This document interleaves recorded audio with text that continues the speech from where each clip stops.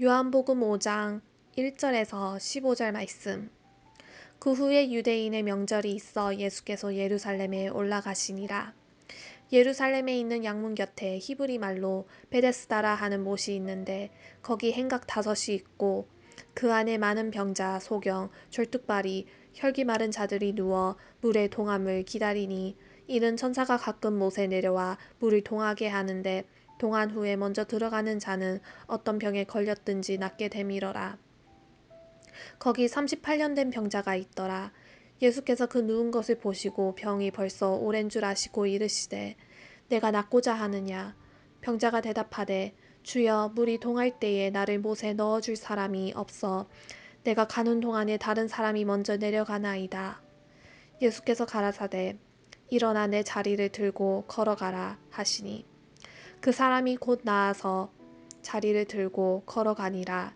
이날은 안식일이니 유대인들이 병 나은 사람에게 이르되 안식일인데 내가 자리를 들고 가는 것이 옳지 아니하니라. 대답하되 나를 낫게 한 그가 자리를 들고 걸어가라 하더라 한데 저희가 묻되 너더러 자리를 들고 걸어가라 한 사람이 누구냐 하되 고침을 받은 사람이 그가 누구신지 알지 못하니 이는 거기 사람이 많으므로 예수께서 이미 피하셨음이라. 그 후에 예수께서 성전에서 그 사람을 만나 이르시되 보라 내가 나았으니 더 심한 것이 생기지 않게 다시는 죄를 범치 말라 하시니 그 사람이 유대인들에게 가서 자기를 고친 이는 예수라 하니라. 오늘 우리가 읽은 말씀은 베데스다 연못가에 38년 된 병자의 그 치유 사건입니다. 특별히 이 이적은 예수님께서 인간의 모든 것을 주관하시는 권세를 지니신 메시아임을 드러내는 분명한 표적이었어요. 오늘 말씀을 통해서 2가지 정도만 살펴보기를 원하는데, 첫 번째로는 세상에는 무거운 짐에 눌려서 신음하는 이들이 많이 있다라는 겁니다. 2절과 3절을 보면 베데스다 못 주변에 5개의 행각이 있었고, 그리고 그 안에 각색 병자들이 물의 동함을 기다리고 있었다라고 말씀하고 있어요. 그것은 물이 동할 때, 즉 없어질 때 그곳에 가장 먼저 들어가는 사람이 병이 낫게 된다라는, 어떻게 보면 믿음이 있었기 때문이에요. 어떻게 보면 미신이기도 하죠. 여기서 우리는 행각에 모여있던 이 사람들의 수가 대략 얼마나 되는지, 언제부터 그들이 이곳에 있게 되었는지, 과연 치유를 받을 수 있게 되었는지에 관해서 정확하게는 우리가 알 수 없습니다.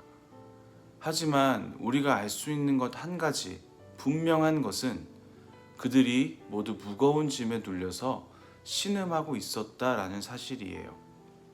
그들 가운데는 가정 형편이 넉넉한 사람들도 적지 않았을 것이고, 사회적으로도 영향력이 있는 가문의 사람들도 있었을 겁니다.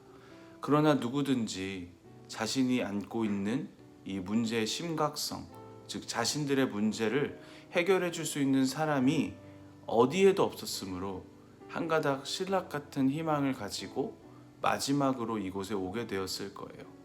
이것 외에는 어떻게 보면 달리 선택할 방법이 없는 사람들이 바로 그곳에 모여 있는 사람들이었어요. 옛날이나 과거나 지금이나 세상에는 이처럼 무거운 짐에 눌려서 신음하는 이들이 너무나도 많습니다. 성경에 보면 마태복음 11장에도 그렇게 말씀하고 있죠. 가난의 짐에 눌린 사람들, 질병의 짐에 눌린 사람들, 죄의 짐에 눌린 사람들이 각 처에서, 여러 곳에서, 우리 주변에서 해답을 찾지 못하고 절망하고 있습니다. 왜 그럴까요? 바로 우리가 죄로 인해 하나님과 단절되고 비참한 처지에 떨어져 있기 때문이에요. 이 사람들이 안고 있는 2가지 공통점은 평안이 없다라는 것과 희망을 상실했다라는 겁니다. 여러분들도 선교를 많이 가보신 분들 느낄 수 있겠지만 굶주림 그리고 질병, 그런 것으로 죽어가는 이들이 굉장히 많아요. 그런데 그것보다, 그리고 무엇보다, 이보다 훨씬 더 많은 수의 사람들이 하나님과 단절되고 죄로 인해 참 평안을 누리지 못하고 있습니다. 사실 선교를 가지 않아도 우리 주변에도 많이 볼 수 있어요. 여러분은 어떻습니까? 여러분은 참 평안을 누리고 있습니까? 그리고 또 궁금한 것은 여러분은 이러한 단절된 영혼들에게 관심이 있습니까? 우리는 한 영혼 한 영혼에게 관심이 있는지 돌아봤으면 좋겠어요. 하나님께서는 이들을 사랑하세요. 그분이 독생자 예수님을 이 세상에 보내신 목적은 그들을 구원하시기 위함입니다. 따라서 우리가 하나님의 자녀로서 한 영혼 한 영혼에게 그 신음하는 사람들에게 관심을 가지는 것은 어떻게 보면 당연한 거예요. 예수님이 우리 가운데 오신 것처럼, 그리고 예수님으로 말미암아 우리의 비참함 또한, 우리의 죄 또한 해결되었던 것처럼 우리는 절망에 빠진 이 세상의 그 영혼들, 우리 주변의 많은 영혼들을 위해서 일하도록 부르심을 받았음을 기억해야 합니다. 그들의 문제가 사실 우리 자신과 혹은 개인적, 직접적으로 상관이 없을지는 몰라도 교회의 머리이신 그리스도와는 상관이 있어요. 우리는 그들이 당하는 고통이나 그들이 느끼는 절망감에 무관심할지라도 우리 예수님께서는 그렇게 하지 않으십니다. 그분은 그들의 무거운 짐을 벗겨주시려고, 대신 지려고 오셨으므로 적극적으로 관심을 나타내세요. 일꾼으로 부름을 받은 우리가 그리스도의 제자로, 그리고 하나님의 자녀로, 교회의 몸으로 부르심을 받은 우리가 그들의 문제에 소극적이거나 아예 관심도 없다면 과연 그분의 일꾼이라고 할 수 있겠습니까? 그래서 우리가 일하기 전에 사실은 기억할 것이 있어요. 두 번째로 기억할 것은 예수님께서는 오늘도 인간의 절망 가운데로 걸어오신다라는 겁니다. 5절에 보면 5개의 행각들 안에 여러 명의 병자들이 대기하고 있었는데 그 중에 하나는 38년 동안 병고에 시달리던 사람이었던 것이 나와요. 우리는 성경으로는 그의 인적 사항에 대한 정확한 정보를 가지고 있지는 못합니다. 그래서 그의 이름이 무엇이고 그의 정확한 나이가 얼마인지, 혹은 그의 가정 형편은 어떠한지, 그가 이 행각에 있게 된 것이 언제부터인지 등에 대해 잘 알 수가 없어요. 다만 그의 병이 굉장히 심했다라는 것과 회생의 가능성이 전혀 없는 상태였다라는 것을 알 수 있습니다.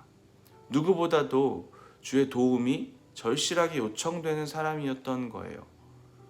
38년이라는 긴 기간을 병과 싸우고 있었으니 그는 육체적으로도 몰골이 많이 아니었을 거고, 그리고 정신적으로도 상당히 피폐해져 있었을 것이 분명합니다. 명절에 예루살렘에 오신 예수님께서는 바로 이 사람을 찾아오셨어요. 그분은 가만히 앉아서 도움이 필요한 사람들에게 찾아오라고 말씀하지 않으시고 먼저 그들을 찾아가셨어요. 이러한 의미에서 근본 하나님의 본체이신 예수님께서 우리와 똑같은 사람이 되사 이 세상에 오셨다라는 사실이 너무나도 사실은 감동적이고 또 우리에게 중요합니다. 예수님께서 이 세상에 오신 목적이 바로 잃어버린 자, 곧 절망하는 사람들을 찾아 구원코자 하시기 때문이에요. 주님의 사역의 두드러진 특징 가운데 하나가 사실 두루 다니신 것인데, 이것은 인간의 절망 가운데로 찾아오시는 예수님의 모습을 잘 보여줍니다. 우리는 이 땅에 절망에 빠진 모든 이들에게 이러한 사실을 일러줘야 돼요. 이것이 바로 그들에게 희망을 주는 일이기 때문입니다. 예수님께서 탄생하시던 밤에 천사가 들에 있는 목자들에게 전한 말이 무엇이었습니까? 온 백성에게 미칠 큰 기쁨의 좋은 소식을 전한다 라는 것이었습니다. 그 좋은 소식을 듣고, 그리고 예수님을 받아들이고 예수님께서 그 누구의 인생 속에 들어가시던지 거기에는 놀라운 변화가 나타납니다. 그 순간부터 그는 더 이상 절망의 지배를 받지 않고 희망이 넘치는 삶을 살게 돼요. 큰 어려움을 만나서 이제는 모든 것이 끝났다라고 생각하는 분들이 혹시 계십니까? 지금 이 순간도 가까이 다가오시며 손 내미시는 예수님을 바라보시기를 원합니다. 오직 예수님을 의지하시기를 바랍니다. 내가 간 것이 아니라 예수님께서 찾아오셨어요. 내가 한 것이 없습니다. 주님께서 하셨습니다. 라는 고백이 날마다 우리에게 있기를 소원합니다. 참된 신앙은 경험을 수반합니다. 예수님을 믿는다라는 것은 자신의 인생 왕좌에 그분을 모셔드리는 것이므로 예수님을 만나는 것이 필수적이에요. 인생의 방향을 근본적으로 바꾸는 일이어서 반드시 경험이 바탕이 됩니다.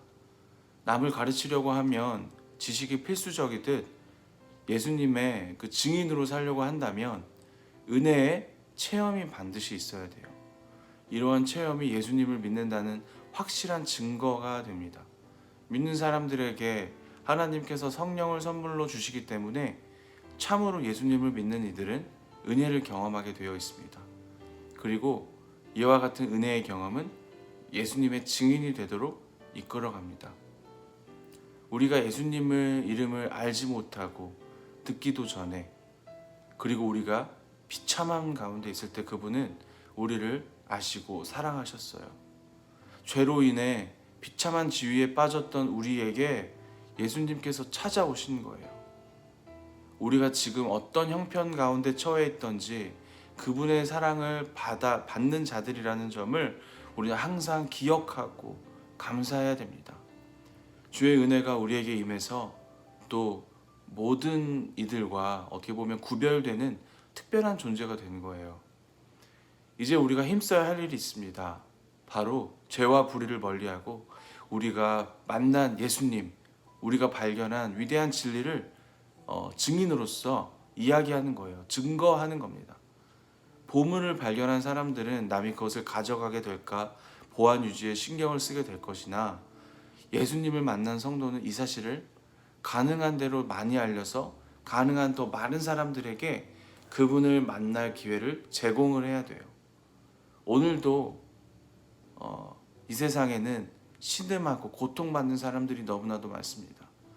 그러나 예수님께서 우리에게 찾아오신다라는 것을 알려주고 그 복음으로 새롭게 되어지는 우리와, 그리고 또 우리 주변의 사람들, 우리 교회 청년부 공동체가 되기를 소원합니다. 다 같이 기도하겠습니다. 하나님 아버지, 감사합니다. 주님께서 우리 가운데 먼저 찾아오심을 고백합니다.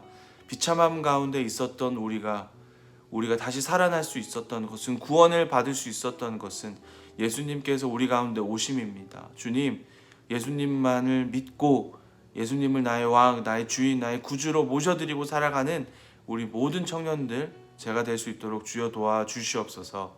감사합니다. 예수 그리스도의 이름으로 기도합니다. 아멘.